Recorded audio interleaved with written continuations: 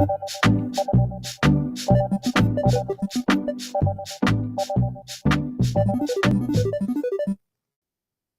what is up, everyone? What is up? Thanks for joining me today on this July 3rd, 2024. Name's Tom Coffey. We're at Coffee and Nuance if you do any of the social media, including X. And we'll see, make sure we're live so far. We're on Rumble, rumble.com/Coffee Nuance /live. Just bookmark it. I say that a lot, but that's the easiest way to find the show. And today we're going to talk about a topic that you may or may not know. This is it is a Wednesday today. It's a Big Idea Wednesday. So I got a big idea for you. So it looks like we got a couple people here. So I guess it is time that we can get to it. I just want to double check, make sure that I am live. Let's see. Perhaps. Yeah, cool. I am over there on X. Nice. Nice. I assume we're on YouTube and on Rumble. What's up, chat? All right, so let's get to it.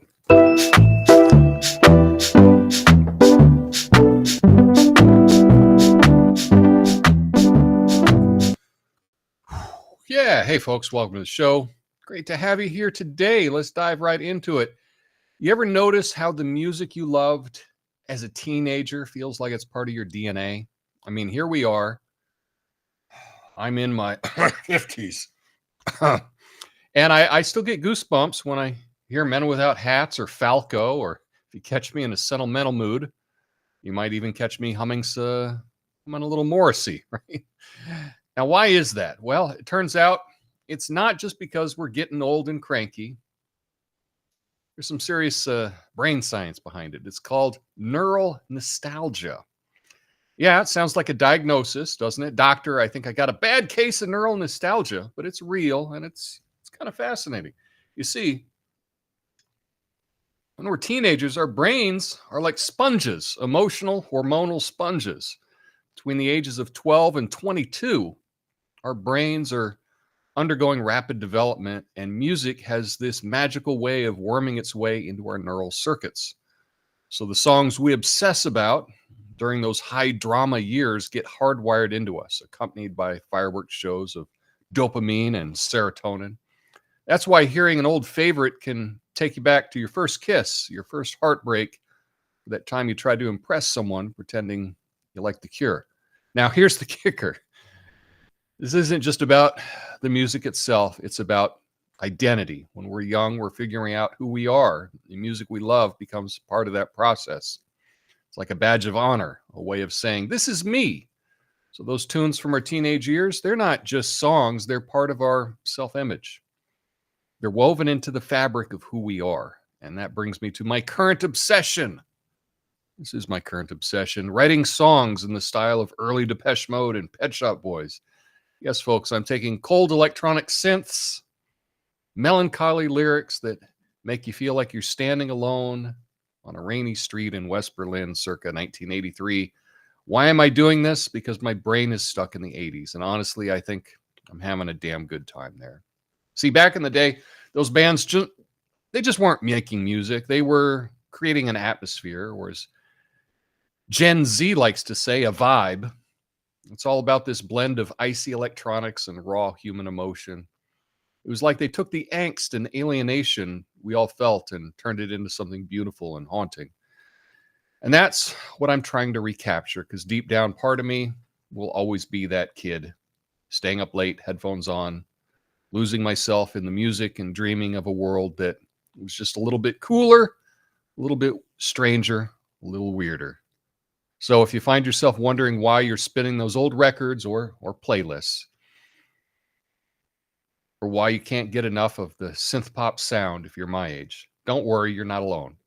It's just your brain's way of holding on to those precious formative years. And maybe, just maybe, it's a reminder that no matter how old we get, we can always tap into that youthful energy, that sense of wonder, that love for the music that made us who we are. My name's Tom Coffey. This is the Coffey Nuance Show, the least watched, censored commentary and news show live right now. Flame on.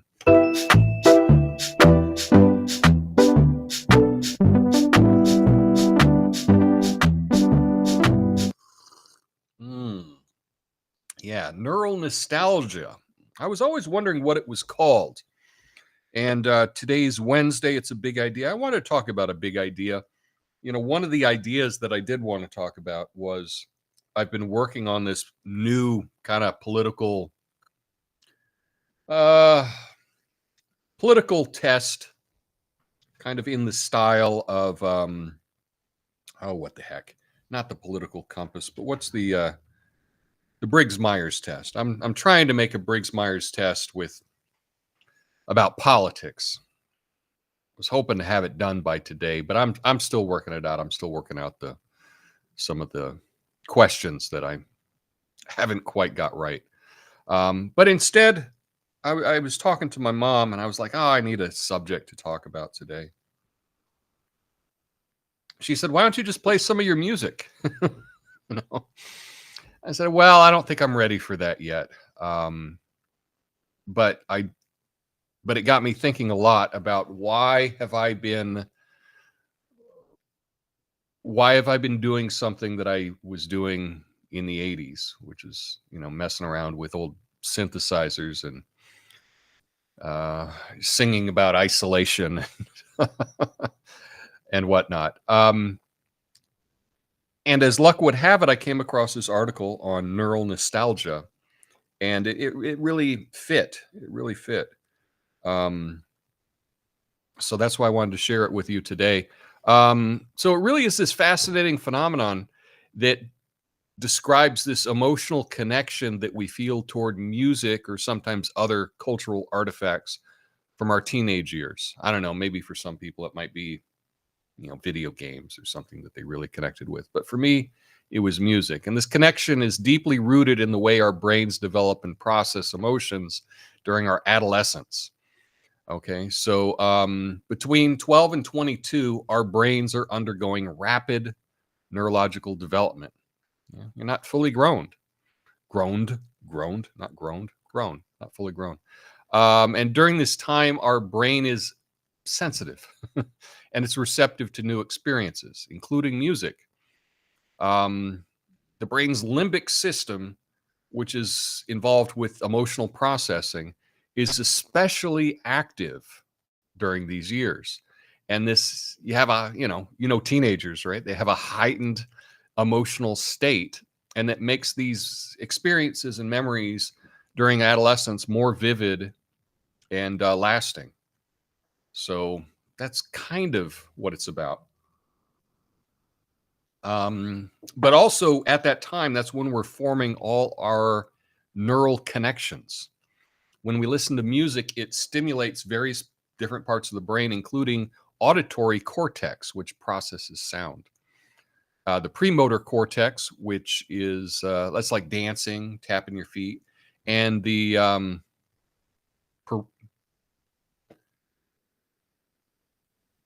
parietal cortex. And I should probably look up how to say these words when I'm writing this script, but I never bothered to do that. Anyway, the parietal cortex, which helps focus attention on music. So the music we love as teenagers becomes associated with significant personal memories and emotions, and the strong association is embedded in our memory. So listening to music, it triggers the brain's pleasure circuits, releasing neurochemicals, dopamine, serotonin, oxytocin, etc., which create feelings of happiness and well-being. These chemicals are the same ones involved in other pleasurable activities. Okay. And this intense emotional experience of adolescence, combined with the brain's heightened sensitivity, results in these lasting connections between music and emotion. And then lastly, it really kind of helps form our identity. At least it used to back in my day when music was good. Um, it's it's tough. I don't know what people do today. You know, I still look for new songs. I do. Every week, I go on. YouTube has a playlist of new releases, and I go through and listen to each. And boy, I tell you, I don't think it's just me. Um, it's garbage. uh, in the past, I've done like songs of the summer and tried to find the song of the summer. I have yet to find a song of the summer at all this year. I don't know what's going on with that. So something else that this brings up is the reminiscence bump. That's a psychological phenomenon where people tend to recall a disproportionate number of memories from their teenage years. So when we look back over our life, we got a whole lot more memories when we were teens than we do any other time. And often the memories that we have are more vivid because we were a lot more emotional at that moment. And so the music that's associated with that kind of makes more of a difference to us. And why it matters is it kind of is an explanation as to why we find that music more meaningful and evocative than later years. It's not just about personal preference or cultural bias. It's a result of how our brains are wired. Okay. So it's not just because, oh, that's when you listen to the radio a lot. That might have had a lot to do with it. But the theory is that that's when your brain was making all these connections. And so that was the soundtrack to that part of your life. So hopefully you were listening to some good music at that time. And anyway, so that's what I've been thinking a lot about lately. That's a big idea, and that's something that I wanted to share with you. And it's something that I worry about teenagers today is, are they really getting some good music to be the soundtrack that they can look back on decades from now and bring them joy? I hope so. I hope so. I'm just not seeing a lot of it out there. Anyway, that's about all I had prepared today. I'm happy to say my mother got out of surgery this morning, and it was a success. She's got a new pacemaker, and all is well there. She's in recovery, and I was a little bit more concentrating on that today. But I still wanted to put together a big idea for you. So that's all I have. I do want to go through your comments in the after show, and also I may just talk about a moment of the news of the day, but I don't have a whole lot to say about that. But anyway, thanks for joining me. Stick around for the after show. I'll go through all of your comments, and I will be back on Friday at noon. I hope you have a beautiful 4th of July. Get out there and celebrate independence. Until then, peace.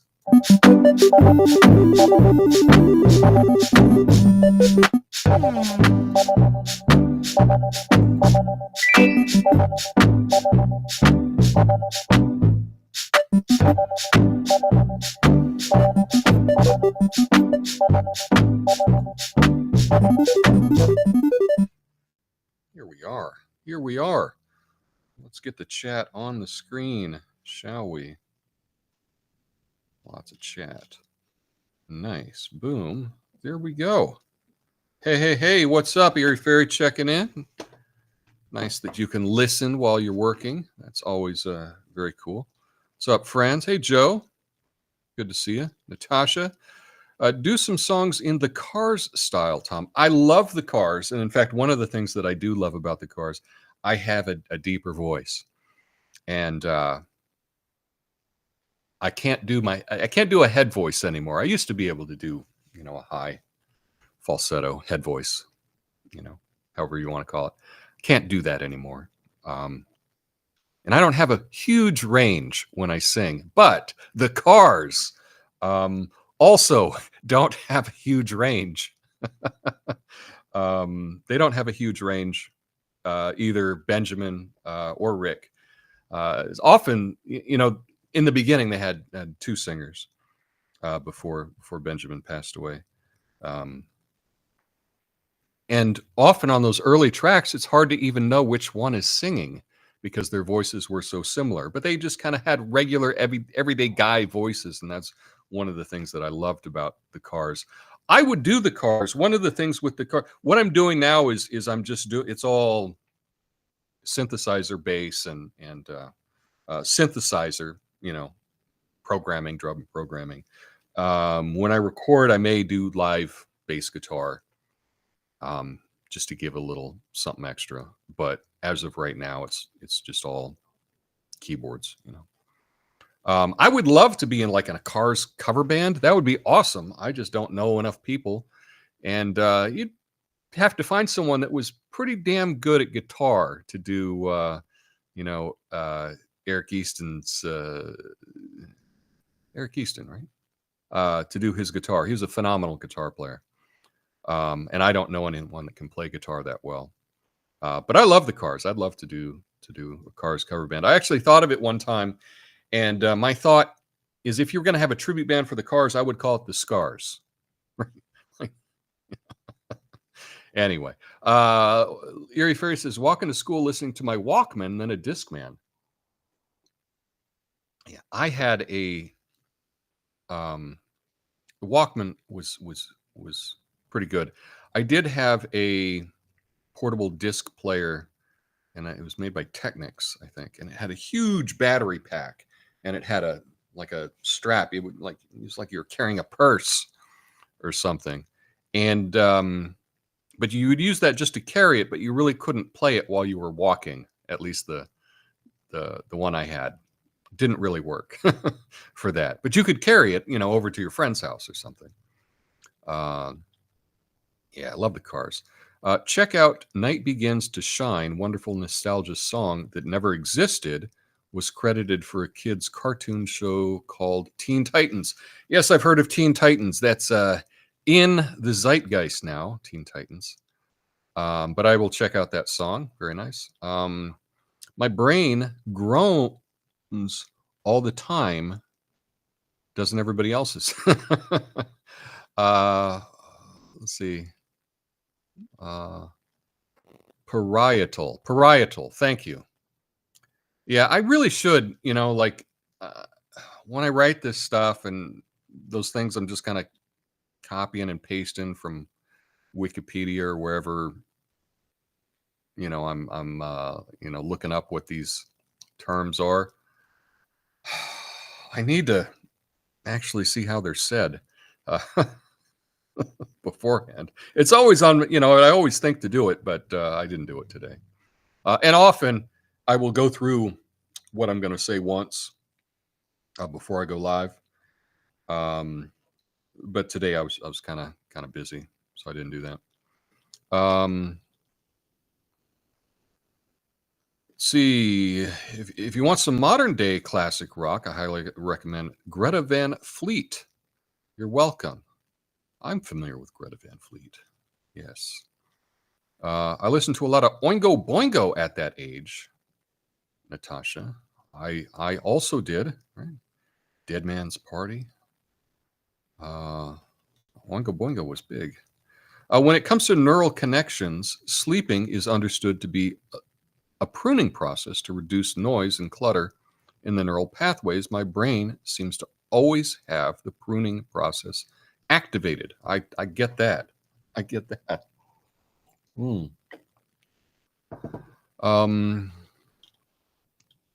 Let's see. So I'm listening while making pesto and drinking cold brew coffee. These will be hallmarks of the summer for me. Pesto? I love pesto. And cold brew coffee. My coffee still hot. Still hot coffee. for me. I'm not anti cold coffee. It's a bit more work. And you have to be a little more patient to make a good cold brew. Greta Van Fleet is 4 guys in their 20s, but they look like they're out of their 70s. 3 of them are brothers and drummer. The live shows are just as good as recorded albums. Phenomenal. Oh, very nice. That's good to hear. True Meeps, what's up? What's up over there in Rumble? Glad we got some Rumble in the house.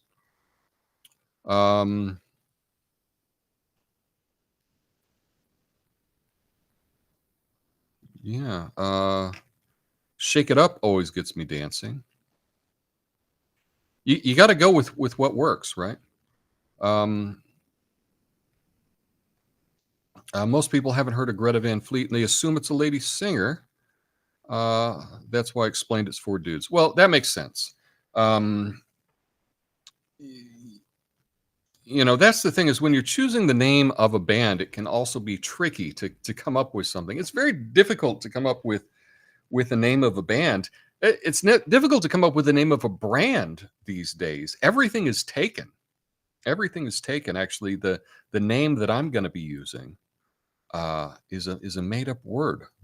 I had to come up with just a made up word because good luck trying to find a handle, right? An ID that isn't used on Twitter and Instagram, and everything's taken these days. So it's tough coming up with things.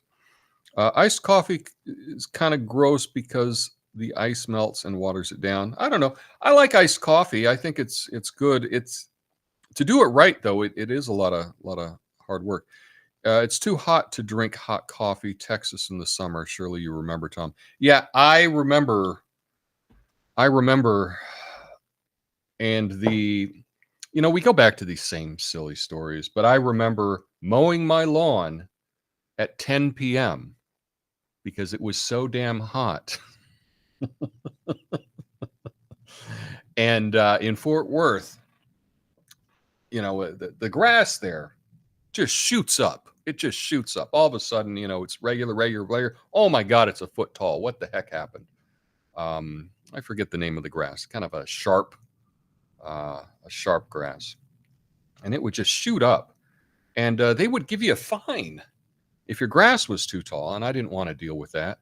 And it was so hot. It'd be over 100 degrees all day long. So one night I waited until about 10 p.m. to mow my lawn. And obviously I heard from the neighbors. And I was like, it's too hot during the day. It's only 91 right now, So,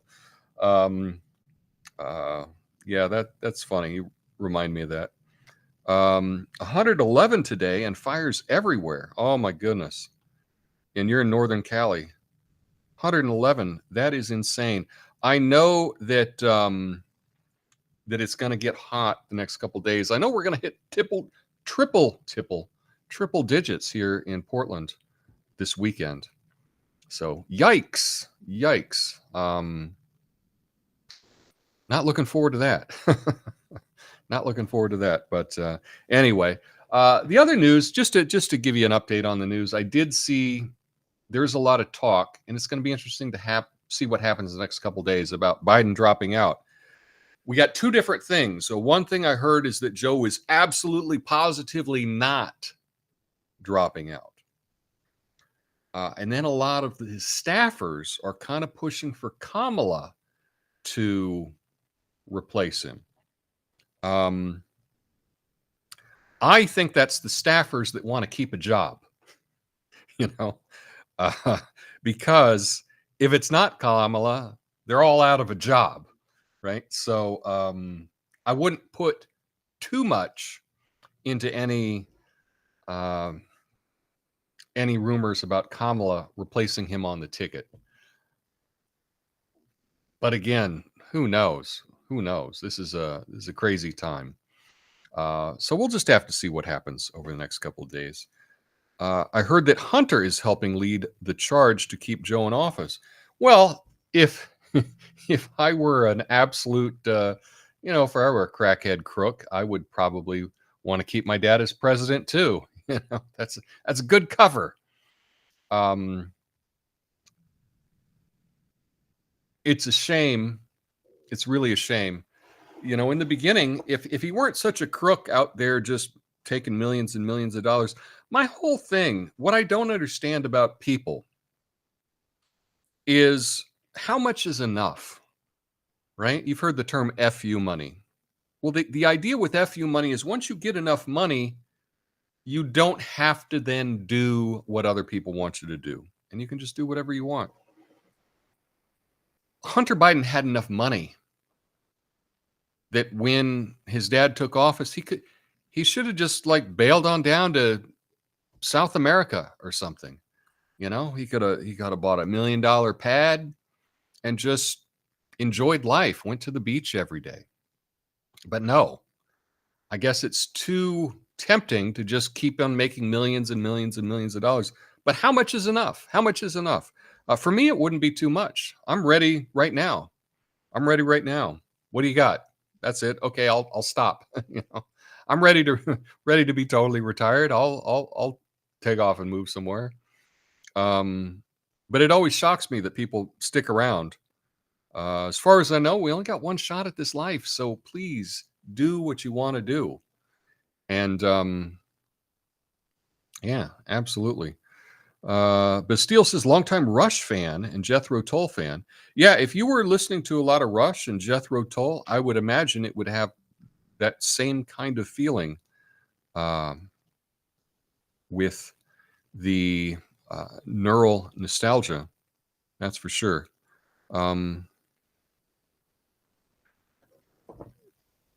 Yeah, it is going to be too late, and it's going to be real complicated because, look, the party that is saying that we got to keep democracy, how can they take the guy off the ballot that all of the voters put on the ballot?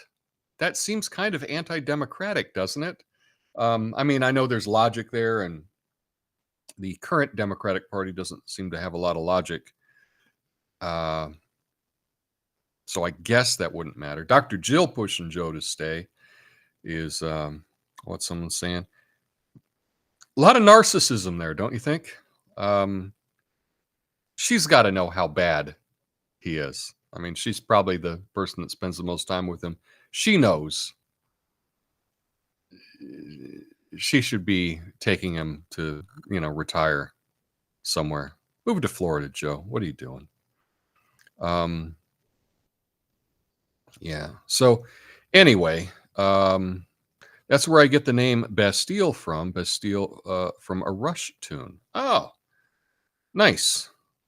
That's I don't know. Bastille Day. Speaking of Bastille Day, that's coming up on the 12th. 12th of July. It's Bastille Day, if I remember correctly. Very cool. Very cool. Yeah, I listen to a little Rush. I listen to a lot of different things. But for whatever reason, the thing that had the biggest effect on me is just kind of a rainy, lonely night in West Berlin, like that imagery, I guess. Those kind of sterile sounding cold synthesizers, dance music. I think that's what I connected to the most. Although I listen to a lot of different styles of music, a lot of metal and just a wide range of stuff. There's an old German techno song everyone has heard of before called L'amour toujours. It's been remixed into a new song called the Ausländer Raus song, currently playing in Germany. Ausländer Raus. That's been an expression, and that chant, I guess, has been an expression for decades. I don't know for how long, but I knew it when I was in Austria in the 80s. I was familiar with that chant. It was just kind of a chant, foreigners out was I guess what it translates to. But now I guess people are singing it to a song that everybody knows on the football games and whatnot. That's what happens when when you got a brand new 10-15% of your population is refugees, or however you want to classify it. You can understand the growing sentiment of that. Yeah, Tom loved the goth clubs. I did, absolutely. And I'm still cool with calling them discos. I know we don't call them discos in the U.S., but I still think about that. One of the clubs in Vienna was it in Vienna? It was in Berlin. Oh my goodness, I'm not sure where I think it was, Vienna. It was U4, U4, right, which was a subway stop, but it was also the name of a disco dance club.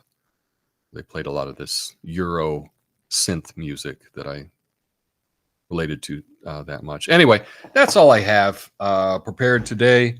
And hopefully once I set up another channel that I can put my music on, I'll be sharing that with everyone. I just wanted to do that first before I played it here. Anyway, that's all I have for you right now. I hope you have an awesome 4th of July. I might be checking out a 4th of July show of drones out in Tigard, which is a suburb here. They're going to have a drone show. It's only 12 minutes, so it's a long way to drive for only 12 minutes, but I think I may do it. Kind of much like if you remember the opening to the Olympics in China, they had this drone show where they have drones with LED lights on it, moving in sequence and doing different shapes and patterns and whatnot. And they're going to have one of those here. So I think I need to go see it in person, because I think it'd be a totally different experience to see it in person than to just watch it on TV. So I may go check that out tomorrow. And tomorrow is July 4th. Every July 4th, I go on a nice big long bike ride, no matter how hot it is, to a brewery. So hope you're able to do something as fun to celebrate the freedom that I guess we still have in this country. Maybe we'll be able to keep it another couple of years. I hope so. Knock on wood. Anyway, happy 4th. Have a beautiful day, and I will catch you all next time. Peace.